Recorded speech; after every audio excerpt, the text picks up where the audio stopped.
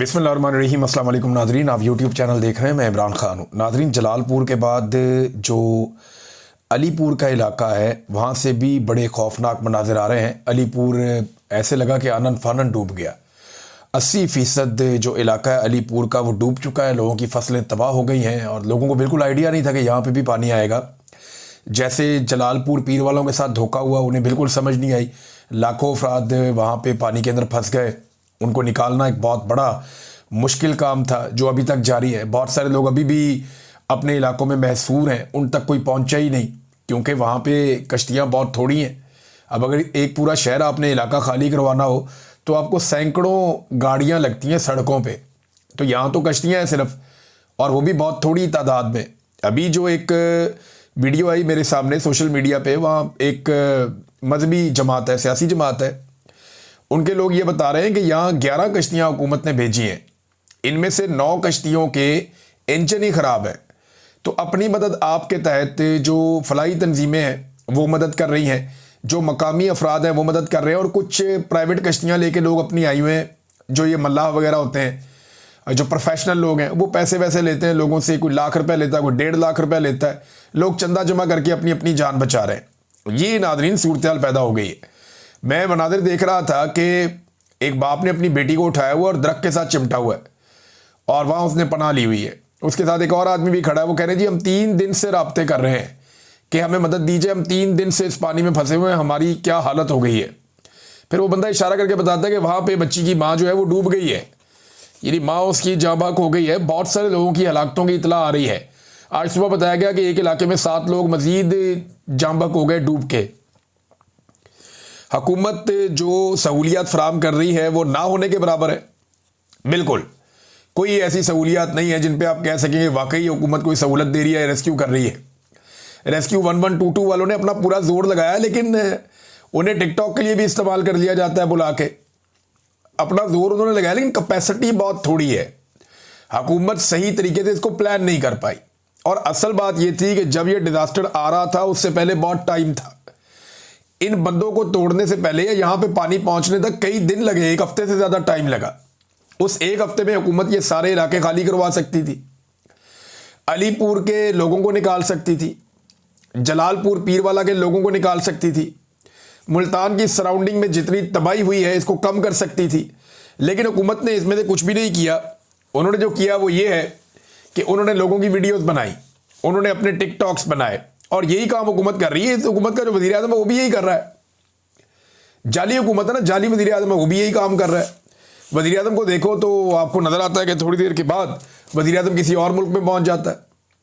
अभी कतर के दौरे पे निकल गए हैं कि जनाब वहाँ पे इसराइल ने एक मिसाइल जो है वो दागा है, तो ये कतर पहुँच गए। भाई ईरान के ऊपर इतना अटैक किया अमेरिका ने और इसराइल ने, वहाँ पर तो आप नहीं गए तारीख जैती के लिए, लेकिन आप वहाँ पहुँच गए कतर में।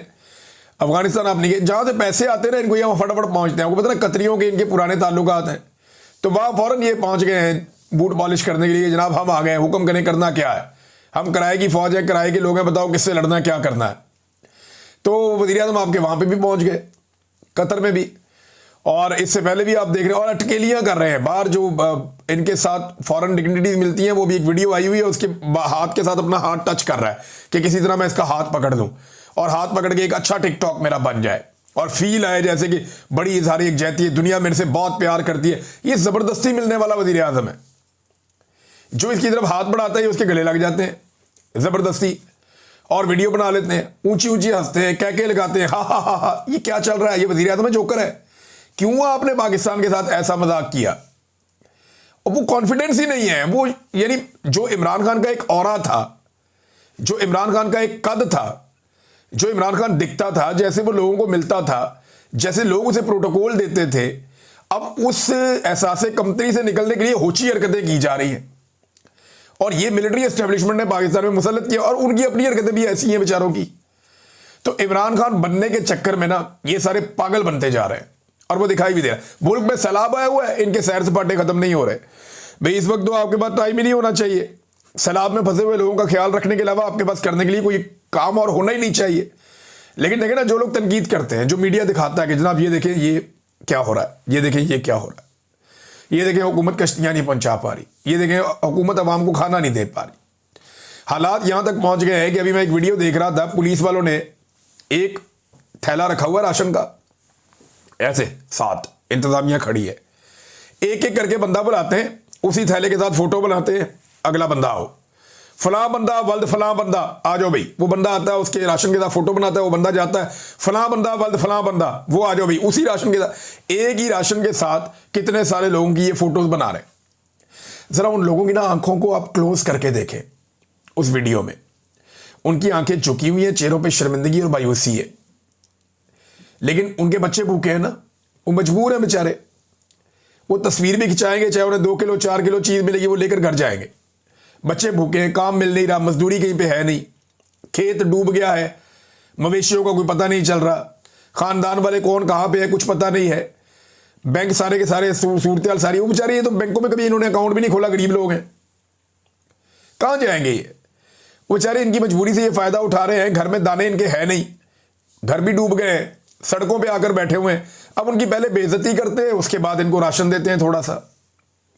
यानी इनकी मजबूरियों को इस्तेमाल कर रहे हैं अपनी सियासत के लिए, अपनी नौकरी चमकाने के लिए, अपने नंबर बढ़ाने के लिए, लेकिन अवाम इनको बताएगी। और जो लोग ये चीजें दिखाते हैं ना मीडिया पे, मीडिया दो बल दिखाते ही नहीं है, 1-2 मीडिया वाले निकले, आसमा शरादी को मैंने देखा और हामिद मीर साहब को मैंने देखा, या 1-2 और लोगों को देखा, बाकी जो आपका रवायती मीडिया है वो तो निकला ही नहीं, उन्होंने तो इस पर काम ही नहीं किया।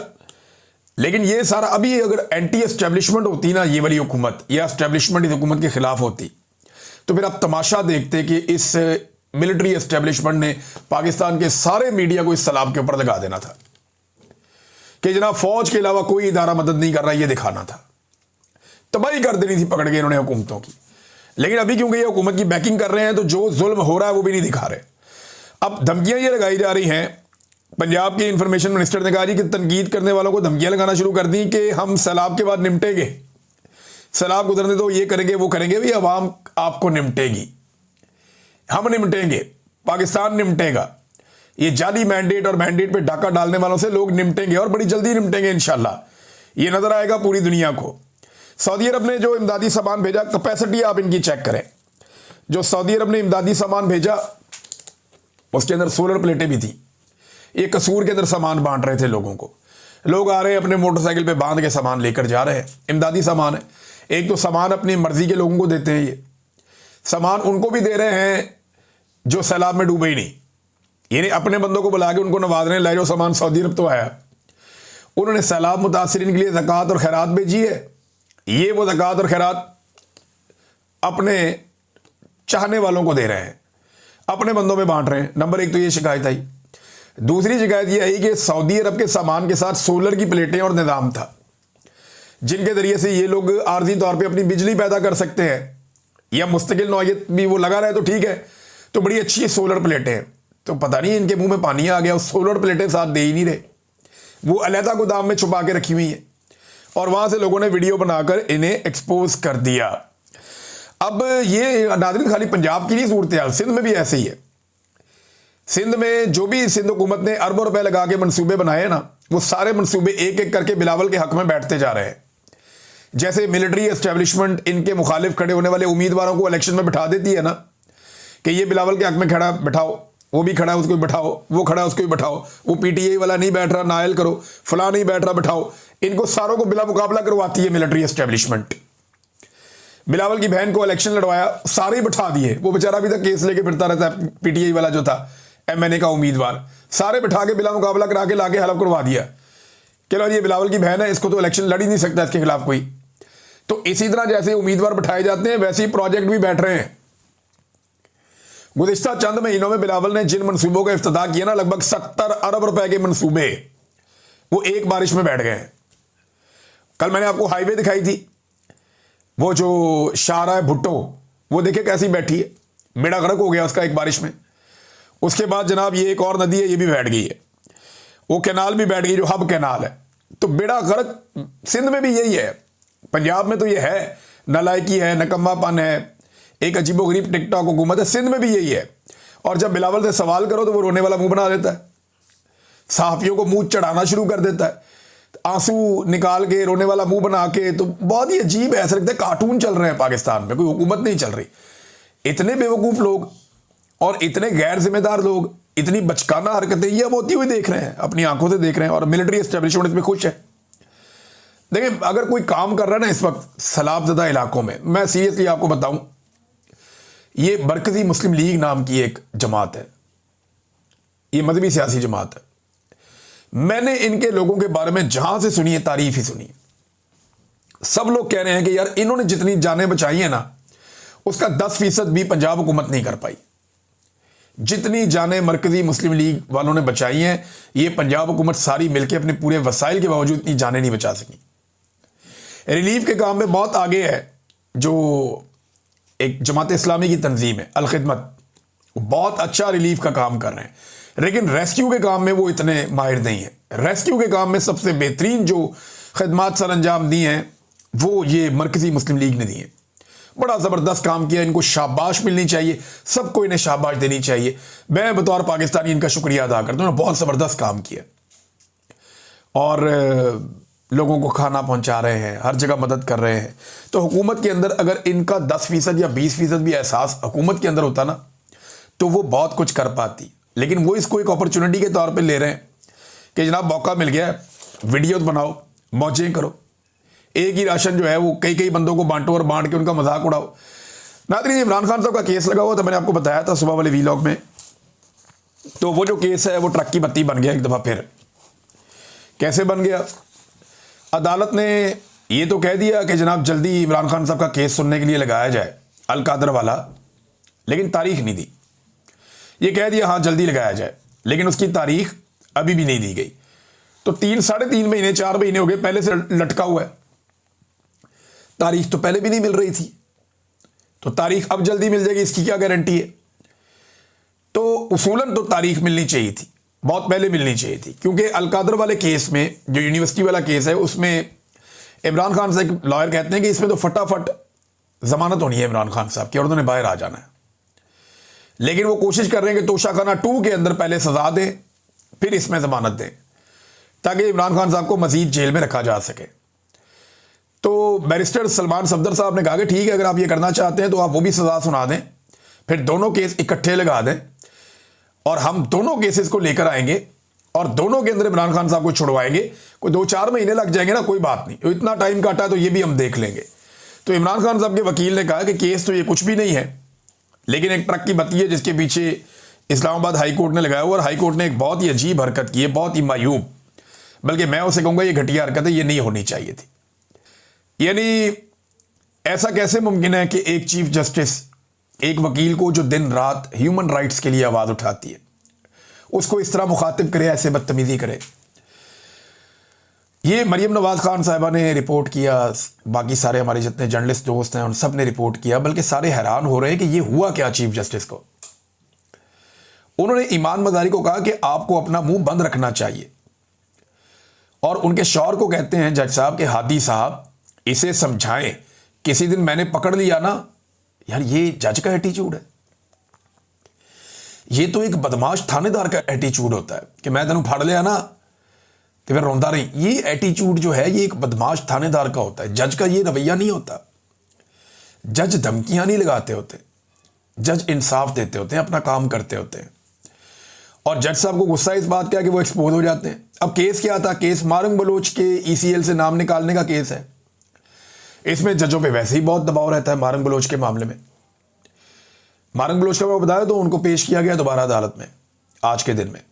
उन्होंने वहां खड़े होकर कहा मारंग ने कि भाई ना ये देखते हैं औरत है, ना देखते हैं मर्द है, ना देखते हैं कि किस नस्ल से इसका ताल्लुक है, ये सबके साथ बर्बरियत और जुल्म कर रहे हैं। वो लगातार अपने हकूक के लिए और बलूचिस्तान के हकूक के लिए आवाज उठा रही, डट कर खड़ी है मारंग बलोच, ऐसे नजर आ रहा है। लेकिन मारंग बलोच पे इल्ज़ाम लगाने वाले जितने भी लोग हैं, चाहे वो मिलिट्री एस्टेब्लिशमेंट हो, टाउट सहाफ़ी हो, या कोई सियासतदान हो, या कोई ब्यूरोक्रेट हो, वो सारे के सारे मुकम्मल तौर पे नाकाम हो गए। उन्होंने कहा था कि वो साबित करेंगे कि पाकिस्तान के दुश्मनों के साथ मारंग बलोच के ताल्लुकात हैं, या दुश्मन ममालिक के साथ मारंग बलोच को फंडिंग होती है, या वो वहां से उनके ताल्लुकात हैं। ऐसे इन्होंने घटिया इल्ज़ामात लगाए थे। तो भाई साबित करो अब। इतने महीने हो गए, कई महीने हो गए मारंग बलोच को गैर कानूनी तौर पे बंद रखा हुआ है। अभी तक 1 टके का इल्जाम पाकिस्तान की पूरी एस्टेब्लिशमेंट, हुकूमत और टाउट्स ये सारे रल के 1 टके का इल्जाम मारंग बलोच पे अभी तक साबित नहीं कर पाए, और जज बेचारे वहां पे मजबूरन उनको बेल देते रहते हैं। अब ये वापस आते हैं ईमान मदारी वाले मामले पे। तो यहां भी ईमान मदारी ने कहा कि अगर आपको मेरे साथ कोई तासुब है तो क्लाइंट के केस को मुतासिर ना करें। मैं यहां सिर्फ एक ब्रीफ लेकर आई हूं, जाती हैसियत में नहीं आई।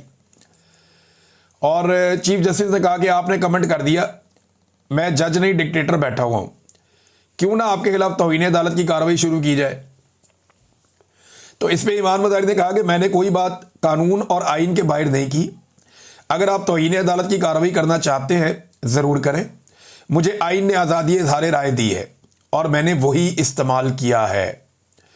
लेकिन ये जो जुमला है ना कि हादी साहब इसे समझाएं, मैंने पकड़ लिया ना, वैसे इंतहाई मायूब जुमला है। वकला तंजीमों को चाहिए और वकला बरादरी को चाहिए कि chief justice Islamabad high court से इसका जवाब तलब करें और उनसे पूछें कि ये कैसे हरासमेंट कर सकते हैं खातून वकील की जो मजलूमों के लिए आवाज़ उठाती है और कोई जुर्म नहीं है। तो ये चीफ जस्टिस से सवाल पूछना चाहिए वकला तंजीमों को और वकला को। और मैं तो कहता हूँ कि अगर कोई फोरम ऐसा है जहाँ पे ये केस किया जा सकता है तो ईमान मज़ारी को ये केस करना चाहिए और ये आवाज़ उठानी चाहिए। वो दूसरों के लिए आवाज़ उठाती हैं, ये भी उठाएं कि मुझे भरी अदालत के अंदर चीफ जस्टिस ने धमकाया है और बताएं कि मैंने इससे हरासमेंट फील की है और ये ज्यादती है। नाज़रीन, इमरान खान साहब वाले केस में अलीमा खानम ने हाई कोर्ट के बाहर बातचीत भी की है। उन्होंने कहा ये फाइल मंगवा कर दिखाएंगे, लेकिन हमारा ख्याल है कि एक चीज़ बिल्कुल वाज़ेह है कि इमरान खान का असल में सिर्फ यही अलकादर है, केस यही है। अगर इसमें ज़मानत हो जाए तो बरीयत भी हो सकती है, बाहर आ सकते हैं और इमरान खान आज या जब भी ये सुने जाएंगे तो रिहा हो सकते हैं। लेकिन जो स्क्रिप्ट बनाया गया है वो ये है कि तोशाखाना केस में जल्दी सज़ा दिलवाई जाए और जब सज़ा हो जाएगी तो फिर इसमें ज़मानत दे दी जाएगी। ये वही बात है जो मैं आपको काफ़ी अरसे से कह रहा हूँ। ये बात आप सबको भी समझ आ रही होगी और हमें भी समझ आ रही है, लेकिन ये इंसाफ नहीं है और इंसाफ के तकाजे पूरे नहीं हो रहे। एक और केस है जो 25 अप्रैल से लगा हुआ है, जिसकी आज सलमान सफदर ने बात की थी, वो है तोशाखाना 2। देखिए तोशाखाना 2 क्या होता है। तोशाखाना का इमरान खान पे एक केस बना, सारा कुछ आ गया तो केस फैसला हो गया। अब ये तोशाखाना 2 बना लिया, कल आप तोशाखाना 3 बना लें, फिर 4 बना लें। इस तरह तो एक आदमी आप 1000 साल तक अंदर रख सकते हैं। भाई अभी ये जो अनवारुल हक काकड़ लेकर गया तोशाखाना के तोहफे, वो कहां गए? क्या ये तोहफे सिर्फ सियासतदानों को मिलते हैं, जर्नैलों को नहीं मिलते? उनके तोहफे कहां गए? जो जजों को मिलते हैं वो कहां गए? क्या वो जो है वो मुकद्दस गाय है? उन्होंने कभी जवाब नहीं देना उनको जो तोहफा मिला वो किस मद में मिला और वो कहां गया? ये ज्यादती इमरान खान साहब के साथ की जा रही है और पूरे पाकिस्तान को नजर आ रही है जो ज्यादती हो रही है, सबको नजर आ रही है। नाज़रीन, अब तक के लिए इतना ही। अपना ख्याल रखिएगा, अपने इस चैनल का भी। अल्लाह हाफिज़।